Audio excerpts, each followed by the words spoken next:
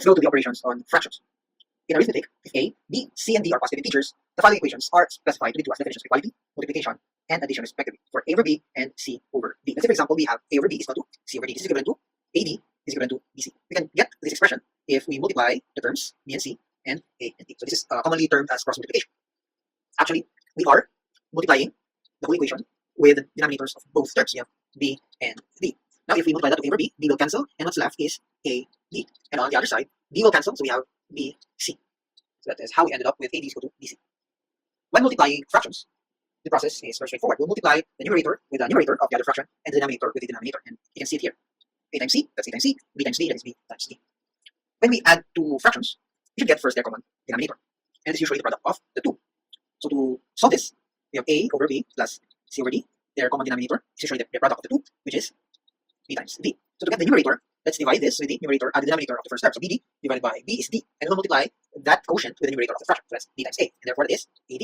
Let's do the same thing on the second fraction. We have bd divided by d is b. Multiply that with c is b c. So that's how we add fractions. And these are some of the examples. The value of a fraction is not altered if both numerator and denominator are multiplied or divided by the same number, not 0. This is always true because this is something, this is like multiplying a fraction with 1. And when you multiply any number with 1, you still end up with the same number itself. 3 over 3 is equivalent to 1, therefore the value of the fraction never changes. And we can also do that with division. If we divide the denominator with a certain number, we will not alter the value of the fraction if we also divide the denominator with the same number. To reduce the fraction to lowest terms, divide the numerator and denominator by all their common factors. For example, with this 5acx over 7acy, the common factors are a and c. So we can cancel these two terms with the ac only, and we'll end up with 5x over 7y. To divide one fraction by another, invert the divisor and multiply the dividend by this inverted divisor. For example, we have 4 over 5 divided by 3 over 7. We can proceed to multiplication, but we have to do one more step, and that is to get the inverse of the divisor. And it is 7 over 3. Then we can proceed to multiplication. And it's just simply 4 times 7, we have 28 over 5 times 3, which is 15. So therefore, 4 over 5 divided by 3 over 7 is equivalent to 28 over 15. To multiply a fraction by a number, multiply the numerator by the number. To divide the fraction by number, let's multiply the denominator by the number. For example, we have 4 divided by 5 over 6. We can proceed to multiplication, but we have to invert this term. So this is 6 over 5, and then 4 is equal to 4 over 1. Multiply the numerators. 4 times 6, we have 24, and 1 times 5 is equivalent to 5.